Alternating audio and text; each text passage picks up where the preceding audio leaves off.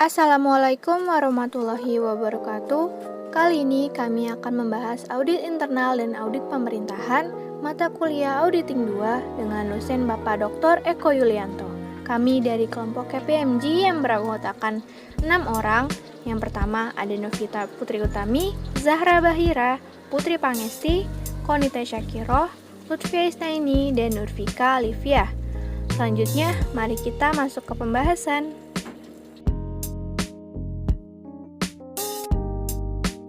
Peran audit internal dalam audit keuangan. Audit internal adalah aktivitas konsultasi dan assurance yang independen dan objektif yang dirancang untuk menambah nilai dan meningkatkan operasi organisasi. Audit internal membantu perusahaan dalam mencapai tujuan dengan membawa pendekatan yang sistematis dan disiplin untuk mengevaluasi dan meningkatkan efektivitas manajemen terkait dengan risiko, kontrol, dan proses tata kelola. Audit internal memberikan nilai bagi perusahaan melalui peningkatan efektivitas operasional dengan melakukan tanggung jawab seperti menjaga keandalan dan integritas informasi, memastikan kepatuhan terhadap kebijakan dan peraturan, serta menjaga Institute of Internal Auditor. Panduan profesional untuk auditor internal disediakan oleh Institute of Internal Auditor atau IIA. IIA merupakan sebuah organisasi yang menetapkan standar etika dan praktik, memberikan pendidikan, dan mendorong profesionalisme bagi 182.000 anggotanya di seluruh dunia. IIA telah berpengaruh besar terhadap meningkatkan audit internal dengan menetapkan program sertifikasi Certified Internal Auditor atau CIA untuk memenuhi persyaratan, pengujian, dan pengalaman khusus dalam audit internal. Ethical principle dalam Institute of Internal Auditor ada 4. Yang pertama adalah integritas, yaitu di mana anggota IIA membentuk kepercayaan dan oleh karenanya menjadi dasar untuk menyadarkan terhadap pertimbangannya. Yang kedua adalah objektivitas, di mana anggota IIA menerapkan objektivitas profesional yang tinggi dalam memperoleh, mengevaluasi, dan mengkomunikasikan informasi tentang kegiatan yang dilakukan. Yang ketiga adalah kerahasiaan, di mana anggota IIA menghormati nilai dan kepemilikan informasi yang diterimanya dan tidak mengungkapkan informasi tanpa kewenangan yang sah kecuali diharuskan oleh hukum. Dan yang terakhir, keempat adalah kompetensi, di mana anggota IIA menerapkan pengetahuan, keterampilan, dan pengalaman yang diperlukan dalam melakukan tugasnya. Rule of Conduct Institute of Internal Auditor ada 4. Yang pertama adalah integritas, yaitu harus melaksanakan pekerjaan secara jujur, bersungguh-sungguh, dan bertanggung jawab, harus mematuhi hukum dan peraturan yang berlaku, tidak boleh secara sadar terlibat dalam kegiatan yang ilegal, dan harus menghormati dan mendukung tujuan organisasi yang sah dan etis. Yang kedua adalah objektivitas, yaitu tidak boleh berpartisipasi dalam kegiatan yang menghalangi penilaian yang adil, tidak boleh menerima apapun yang mengganggu pertimbangan profesionalnya, dan harus mengungkapkan semua fakta material yang diketahuinya. Yang ketiga adalah kerahasiaan, yaitu harus berhati-hati dalam menggunakan dan menjaga informasi yang diperoleh selama melaksanakan tugasnya, dan tidak boleh menggunakan informasi untuk memperoleh keuntungan pribadi. Yang keempat yaitu kompetensi, yaitu harus senantiasa meningkatkan keahlian, keefektifan, dan kualitasnya secara berkelanjutan. Hubungan antara audit internal dengan audit eksternal. Audit internal bertanggung jawab pada manajemen dan direksi, sedangkan audit eksternal bertanggung jawab pada para pengguna laporan keuangan. Keduanya harus kompeten sebagai auditor dan tetap objektif dalam melaksanakan pekerjaannya dan melaporkan hasilnya. Keduanya mengikuti metode yang sama dalam melakukan audit mereka, termasuk perencanaan dan pelaksanaan pengujian pengendalian dan pengujian substantif. Keduanya mempertimbangkan risiko dan materialitas dalam memutuskan sejauh mana pengujian mereka dan mengevaluasi hasil. Namun, keputusan mereka tentang materialitas dan risiko mungkin berbeda karena pengguna eksternal mungkin memiliki kebutuhan yang berbeda dari manajemen dan dewan.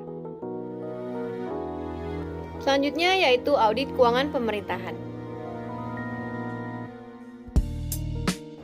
Audit keuangan pemerintahan di Indonesia dilaksanakan oleh Badan Pemeriksa Keuangan atau BPK dan KAP yang memeriksa untuk dan atas nama BPK yang berlandaskan hukum Undang-Undang Nomor 17 Tahun 2003 tentang Keuangan Negara, Undang-Undang Nomor 15 Tahun 2004 tentang pemeriksaan atas pengelolaan dan tanggung jawab keuangan negara, dan Undang-Undang Nomor 15 Tahun 2006 tentang Badan Pemeriksa Keuangan.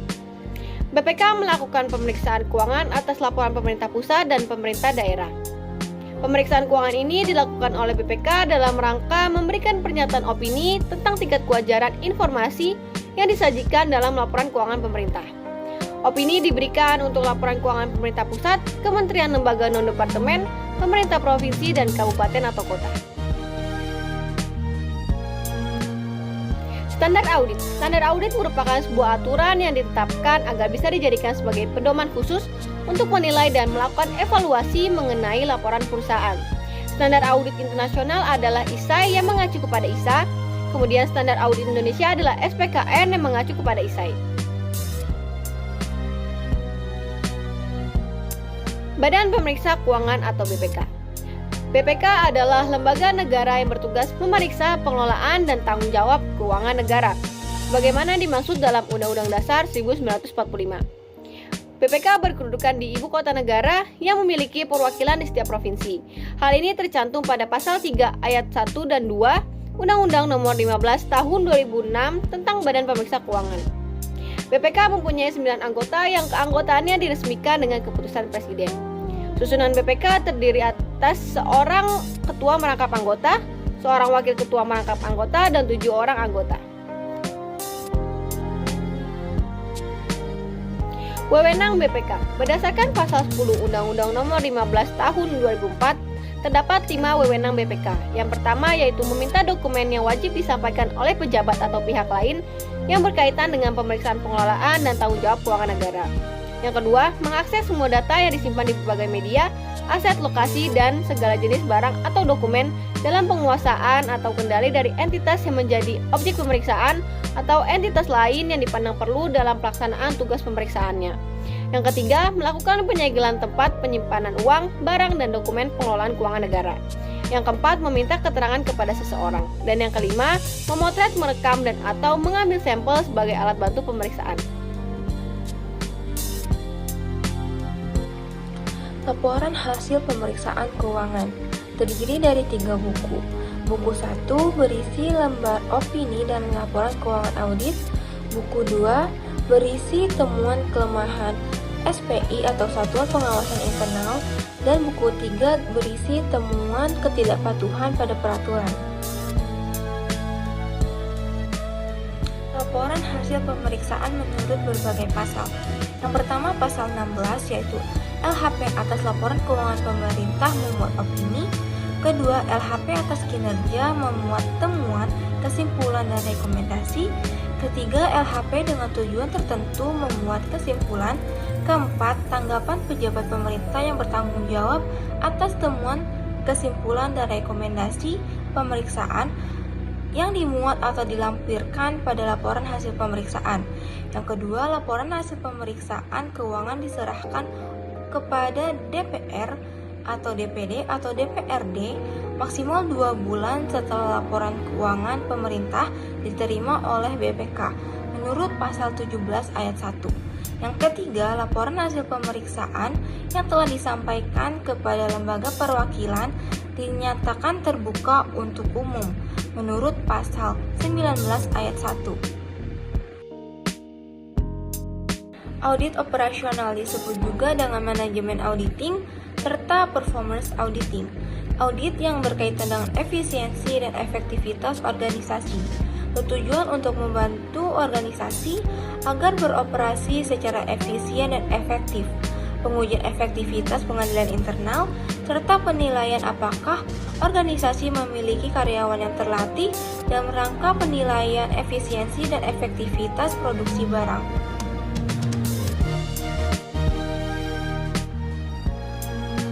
Perbedaan antara audit operasional dengan audit keuangan. Menurut tujuan audit, audit keuangan berorientasi ketepatan pencatatan informasi historis serta berorientasi pada masa depan. Sedangkan audit operasional berorientasi pada efisiensi dan efektivitas serta berorientasi pada masa depan. Kemudian distribusi laporan, audit keuangan distribusikan pada penggunaan laporan keuangan eksternal seperti pemegang saham serta banker. Karena penggunaannya luas, laporannya memerlukan struktur laporan yang terdefinisi dengan jelas. Sedangkan audit operasional distribusikan terutama kepada manajemen karena penggunaannya terbatas dan sifat audit operasionalnya yang sangat bervariasi, laporannya juga sangat variatif. Ketiga, inklusi area non-keuangan. Audit keuangan hanya berkaitan dengan kewajaran penyajian laporan keuangan, sedangkan audit operasional meliputi semua aspek efisiensi dan efektivitas operasional organisasi. Selanjutnya ada efektif dan efisien. Efektivitas berkaitan dengan pencapaian tujuan sesuai dengan kriteria. Contohnya, tujuan aktivitas A yaitu menghasilkan sebuah produk dengan kualitas Q. Aktivitas A dikatakan efektif apabila mampu menghasilkan 10 produk dengan kualitas Q. Sedangkan efisiensi berkaitan dengan pencapaian tujuan dengan sumber daya yang direncanakan. Contohnya, untuk menghasilkan aktivitas A yang menghasilkan 10 produk dengan kualitas tinggi diperlukan biaya, tenaga kerja, prosedur, dan waktu. Aktivitas A dikatakan efisien apabila dapat menghasilkan 10 produk berkualitas tinggi dengan biaya, tenaga kerja, prosedur, dan waktu. Selanjutnya ada jenis inefisiensi. Yang pertama, akuisisi barang dan jasa sangat mahal. Contoh kasusnya tawaran untuk pembelian bahan tidak diperlukan. Yang kedua, ada bahan baku tidak tersedia untuk diproduksi saat dibutuhkan. Contoh kasusnya seluruh jalur perakitan harus ditutup karena bahan yang diperlukan tidak dipesan. Yang ketiga, ada duplikasi usaha oleh karyawan. Contoh kasusnya catatan produksi yang identik disimpan oleh Departemen Akuntansi dan Produksi karena mereka tidak mengetahui aktivitas satu sama lain. Yang keempat, ada pekerjaan dilakukan tanpa tujuan. Contoh kasusnya salinan faktur vendor dan laporan penerimaan dikirim ke Departemen Produksi di mana mereka disimpan tanpa pernah digunakan. Yang terakhir, ada terlalu banyak karyawan. Contohnya, pekerjaan kantor dapat dilakukan secara efektif dengan lebih sedikit asisten administrasi. Selanjutnya ada hubungan antara audit operasional dan pengendalian internal. Tujuan dari audit operasional untuk mengevaluasi efisiensi dan efektivitas serta memberikan rekomendasi kepada manajemen. Sedangkan tujuan dari pengendalian internal untuk menentukan sejauh mana pengujian audit substantif diperlukan dan untuk melaporkan efektivitas pengendalian internal atas pelaporan keuangan. Sedangkan lingkup audit operasional yaitu menyangkut setiap pengendalian yang mempengaruhi efisiensi atau efektivitas. Sedangkan lingkup untuk pengendalian internal yaitu untuk audit keuangan dibatasi pada efektivitas pengendalian internal atas laporan keuangan dan pengaruhnya terhadap penyajian laporan keuangan yang wajar. Selanjutnya yaitu ada jenis-jenis audit operasional. Jenis audit operasional yang pertama adalah functional audit. Functional audit berkaitan dengan satu atau lebih fungsi dalam suatu organisasi. Contohnya yaitu mengenai efisiensi dan efektivitas fungsi penggajian untuk sebuah divisi atau untuk perusahaan secara keseluruhan. Yang kedua yaitu organizational audit atau audit organisasi. Audit organisasi ini menekankan seberapa efisien dan efektif fungsi berinteraksi. Rencana organisasi dan metode untuk mengkoordinasikan kegiatan penting dalam jenis audit ini. Lalu yang ketiga yaitu ada special assignment atau penugasan khusus. Penugasan khusus muncul atas permintaan manajemen untuk berbagai macam audit seperti menentukan penyebab sistem TI yang tidak efektif, menyelidiki kemungkinan penipuan dalam sebuah divisi, dan membuat rekomendasi untuk mengurangi biaya produk yang diproduksi. Selanjutnya, siapa sih yang melakukan audit operasional? Yang pertama yaitu ada internal auditor atau audit internal. Banyak departemen audit internal akan melakukan audit operasional dan keuangan seringkali secara bersamaan, karena mereka menghabiskan seluruh waktunya bekerja untuk perusahaan yang mereka audit, maka auditor internal akan memiliki keuntungan dalam melakukan audit operasional. Mereka dapat mengembangkan pengetahuan yang cukup tentang perusahaan dan bisnisnya, yang penting untuk audit operasional yang efektif. Selanjutnya yaitu kantor akuntan publik atau KAP. Ketika KAP melakukan audit atas laporan keuangan historis, bagian dari audit seringkali terdiri dari mengidentifikasi masalah operasional dan membuat rekomendasi yang mungkin bermanfaat bagi klien. Selanjutnya, latar belakang pengetahuan mengenai bisnis klien yang harus diperoleh auditor eksternal ketika melaksanakan suatu audit seringkali menyediakan informasi yang bermanfaat dalam pemberian rekomendasi operasional. Lalu, pada umumnya, klien akan menugaskan akuntan publik untuk melakukan audit operasional bagi satu atau lebih bagian tertentu dari bisnisnya. Selanjutnya, ada independensi dan kompetensi auditor operasional. Dua kualitas terpenting bagi auditor operasional adalah independensi dan kompetensi. Untuk independensi, auditor itu harus melaporkan ke tingkat manajemen yang tepat untuk memastikan bahwa penyelidikan dan rekomendasi dibuat tanpa bias. Lalu, independensi jarang menjadi masalah bagi auditor KAP karena mereka tidak dipekerjakan oleh perusahaan yang diaudit. Independensi auditor internal ditingkatkan dengan meminta Departemen Audit Internal untuk melaporkan kepada Dewan Direksi atau Presiden. Selanjutnya, kompetensi diperlukan untuk menentukan penyebab masalah operasional dan membuat rekomendasi yang tepat. Namun, ketika audit operasional berurusan dengan masalah operasi yang luas, kompetensi dapat menjadi kendala utama.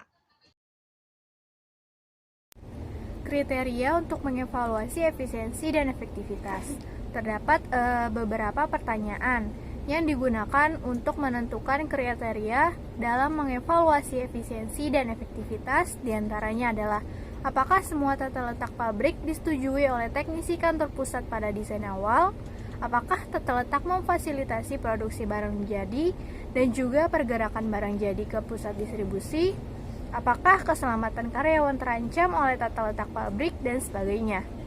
Adapun sumber kriteria terdapat dari 4 sumber. Yang pertama yaitu historical performance, kedua benchmarking, yang ketiga engineer standar, yang keempat ada discussion and agreement.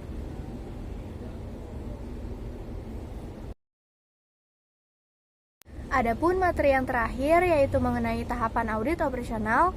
Terdapat 3 tahapan. Yang pertama ada perencanaan, yang kedua ada pengumpulan dan evaluasi bukti, lalu yang ketiga ada pelaporan dan tindak lanjut.